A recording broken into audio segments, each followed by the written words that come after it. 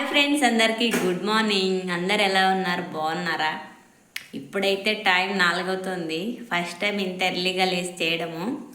ఈరోజు అమ్మవారి దగ్గర సేవ చేయడానికి వంతు మాది. అందుకే పొద్దున్నే లేచి ఒక సేరుమైన ప్రసాదం చేశాను. అది కాక ఈరోజు పౌర్ణమి, మంచి రోజు అనే అభిషేకం కూడా ఉంది. ఆ ప్రాసెస్ చాలా ఉంది. ఇంకా 10-12 వరకు అభిషేకం అనుకుంటే తర్వాత మధ్యాహ్నం కొంతసేపు రెస్ట్ తీసుకుంటే మళ్ళీ సాయంత్రానికి భోజనాలు ప్రిపేర్ చేయాలి. ఇవాళ ఫుల్ బిజీ.